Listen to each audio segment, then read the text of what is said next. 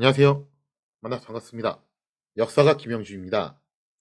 자, 제가 그동안 이제 여자 국대주 분들 위주로 좀 이야기를 했었는데요. 오늘은 이제 남자 국대주 분들 한번 이야기를 해볼까 합니다.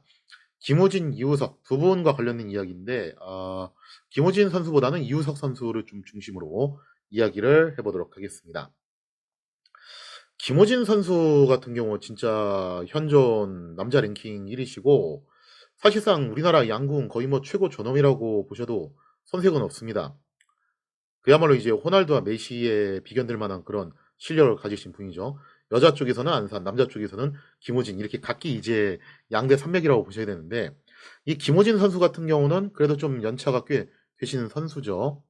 제가 알기로는 92년생으로 알고 있으니까 선수 중에서는 꽤 연령대가 있으신 분입니다. 그래서 그런지 꽤 많은 선수들한테 영향을 끼치셨는데, 대표적으로 김재덕 선수 있죠, 그죠? 도쿄올림픽 당시 그 파이팅으로 굉장히 유명세를 탔던 김재덕 선수가 양궁을 시작하게 됐던 계기 중에 하나가 바로 이 김우진 선수의 활약을 보고서 동경을 하게 되면서 이제 그랬다라고 해요. 자, 그리고 또 이 김우진 선수가 영향을 미쳤던 굉장히 또 중요한 선수가 누구냐면은 이우석 선수입니다. 이우석 선수는 저랑 같은 인천 출신이십니다. 깨알 같은 TMI. 저는 이제 인천 계양구 쪽이고 이분은 이제 만수중학교 나오셨더라고요. 저하고는 좀 이제 다른 동네 쪽 분이신데, 이 이우석 선수 같은 경우도 초년 인생이 조금 안 풀린 케이스 중에 하나예요.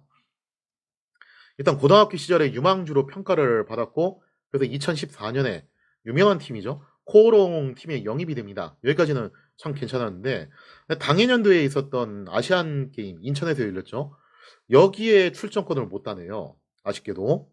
자, 그리고 그 다음번에 또 노린 게 뭐냐면은 2016년 리오 올림픽인데, 이때도 국대 선발전에서 4위를 하십니다. 3위까지만 나가는 거거든요.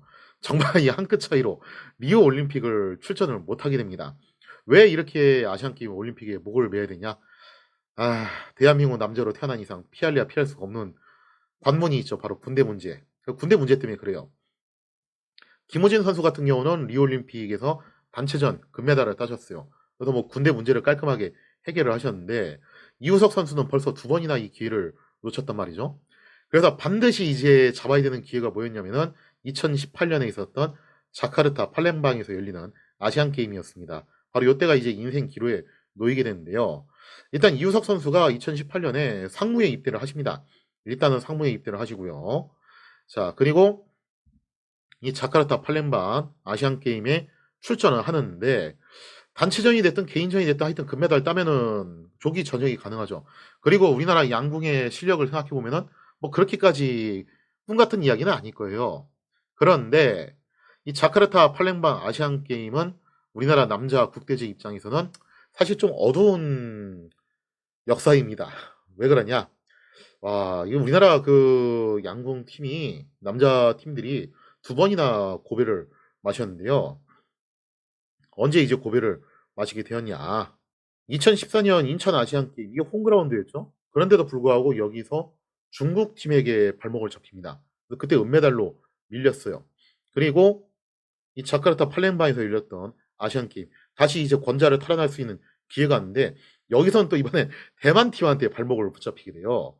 그래서 2연속 고배를 마시는, 그야말로 좀 이제 충격적인 상황을 맞이하게 되었던 거죠. 하지만 제가 전에 설명드렸지만 마냥 충격적인 건 아닙니다.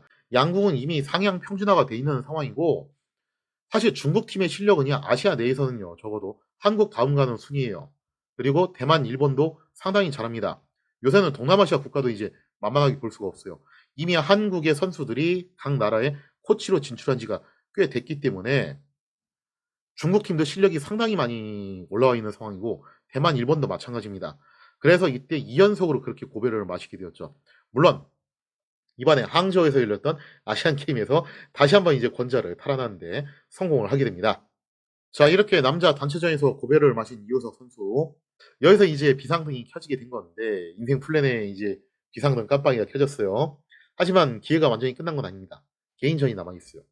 그리고 개인전에서 역시 한국 선수들이 도끼를 품고서 이 악물고 한 덕분에 결승전까지 정말 순조롭게 올라가는데, 이 결승전에서 누구하고 누가 붙냐면은 김호진, 이우석 두 분이 결승전에서 맞붙게 됩니다.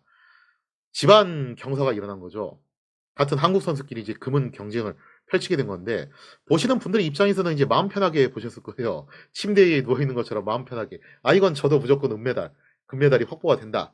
누가 이기든 상관이 없다.' 그런 생각으로 보셨을 수 있는데 근데 이우석 선수 입장에서는 그렇지가 않아요.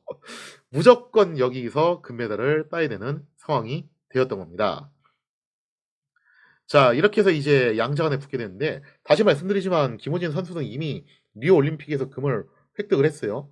여기서 좀 이제 다소 불순한 의도를 가지고 좀 정치적으로 접근을 해 가지고 생각을 해 본다면은 김호진 선수 입장에서는 아시안 게임 금메달이 있으면 좋은 거지만 이미 올림픽 금메달을 갖고 있으니까 굳이 이거 목숨 걸고 딸 필요는 없겠죠. 그리고 또 이제 굉장히 유망주로 평가받고 있는 후배인 이우석 선수가 현재 상무에서 군생활 중이잖아요. 조기 전역을 위해서라면은 '한 번쯤 양보를 해볼 수도 있지 않을까.'라는 그런 좀 이제 엇나간 생각을 해볼 수도 있습니다. 뭐 선후배 간에 그죠? 밀어 주고 당겨 주고 끌어 주고 올려 주고 그럴 수 있지 않을까. 와 근데 저는 진짜 이때 놀랐던 게 뭐냐면은 얄짤없더라고요. 얼마나 비정하게 승부가 펼쳐지게 되냐면은 결승전에 올라가서 김우진 선수, 이우석 선수 서로 한치의 양보도 없이 합니다. 그러면서 각 세트별로 점수를 주거니 받거니 하면서 4 세트까지 동점이었어요. 5 세트도 총 3발 쏘는데 그중에서도 두 번째 발까지는 동점입니다. 와 진짜 피말리는 접전을 벌였는데 마지막 한 발 가지고서 이제 승부를 내야 되는 상황이 오게 되었죠. 자 마지막 한 발 이우석 선수가 몇 점을 쐈냐면은 9 점을 쐈습니다. 만약에 여기서 김우진 선수가 10 점을 쏘게 되면은 승리를 하는 거고 9 점을 쏘게 되면은 5 세트도 완벽하게 동점이 되기 때문에 이러면 슛 오프로 넘어가게 돼요. 축구로 치면은 승부 차이 같은 개념이라고 볼 수가 있겠죠. 그러면 이우석 선수 입장에서 희망이 한 번 더 생기는 거고 혹시라도 김우진 선수가 8 점을 쏘게 되면은 이우석 선수는 금메달과 동시에 조기 전역이 가능해집니다. 자 그런데 여기서 김우진 선수는 그야말로 피도 눈물도 없이 10 점을 박아 버립니다. 자 그러면서 이제 이우석 선수가 여기서 통안의 은메달을 따게 되면서 할 수 없이 이제 군대로 다시 돌아가야 되는 처지에 놓이게 됐는데요. 이쯤 되면은 이우석 선수는 김우진 선수한테 뭔가 앙금을 가질 법도 해요. 그죠? 남자라면 충분히 그 심정 이해합니다. 저도 뭐 이제 군대를 갔다 왔기 때문에 그 심정 충분히 이해를 하는데 실제로 이제 인터뷰할 때 보니까 이우석 선수가 괜찮다고 답변을 했는데 눈동자가 좀 풀려 있더라고요. 눈동자 초점이 좀 풀려 가지고 멘붕 온 게 진짜 딱 보이는데 이해는 가요. 근데 여기에 대해서 김호진 선수의 인터뷰가 상당히 놀라웠는데 김호진 선수가 인터뷰에서 이런 얘기를 합니다. "양궁만큼 클린하고 공정한 경쟁을 펼치는 종목은 드물다. 이우석 선수도 양궁 선수라면은 이 사실을 받아들일 거라고 믿는다."라는 굉장히 이제 의미심장한 말을 하시더라고요. 자 이렇게 해서 이제 결국 김우진 선수가 자카르타 팔렘방 아시안 게임에서 금메달을 따고 이우석 선수는 은메달과 동시에 다시 또 이제 상무에 돌아가야 되는 신세가 되었습니다. 자 그렇다면은 이우석 선수가 과연 이걸 가지고서 이제 뭔가 좀 뒤끝 앙심 요런 게 좀 이제 생겼냐 원망하는 마음이 생겼을 것이냐 뭔가 이쯤 되면은 이우석 선수도 가슴속에 응어리가 좀 있을 법도 한데 그렇지 않더라고요. 나중에 이제 인터뷰 내용을 이제 다시 또 보니까 이우석 선수가 이런 이야기를 하시더라고요. 자기는 이제 김호진 선수에게 일말의 감정이 없다라는 거예요. 오히려 그때 자기가 금메달을 따 가지고 조기 전역을 했다면은 자만하는 마음이 들어 가지고 지금만큼 성장을 못했을 것이다. 올해 내내 이우석 선수가 정말 날아다녔거든요. 그래서 올해 이우석 선수가 임시현 선수하고 더불어서 세계 양궁 연맹에서 올해의 선수 후보군으로 이제 올라서는 그런 영광을 누리게 됐습니다. 항저우에서도 메달을 휩쓸었고 각종 국제 대회에서도 메달을 휩쓰셨죠. 그야말로 포텐이 제대로 터졌는데 이우석 선수 말씀에 따르면은 만약에 그때 고배를 마시지 않았으면 오늘의 내가 없었을 것이다라는 그런 발언을 하셨습니다. 그리고 오히려 김우진 선수를 어떻게 생각하냐라고 했을 때 반드시 모든 선수들이 본받아야 될 대선배 중의 선배다라면서 극찬을 아끼질 않았다라는 거예요. 그 이후로 이제 이우석 선수는요. 2019 년도에 현대 양궁 월드컵 2차 대회에서 김우진 선수를 다시 또 만납니다. 여기서는 이겼어요. 그러나 2022년도 현대 양궁 월드컵 역시 또 2차 대회인데 여기서 또 이제 다시 만나게 되는데 이번엔 또 김우진 선수가 승리를 거둡니다. 그래서 그 뒤로 이제 서로 승패를 주거니 받거니 하는 관계가 되는데 자, 이때 당시 다시 한번 김우진 선수에게 패했을 때도 이우석 선수는 깔끔하게 승부를 인정하는 모습을 보였다는 거죠. 그리고 반대로 김우진 선수도 이우석 선수를 향해서 뭐라고 얘기를 하셨냐면은 말 그대로 조커 같은 선수다. 언젠가 정말 크게 한 건 할 선수다.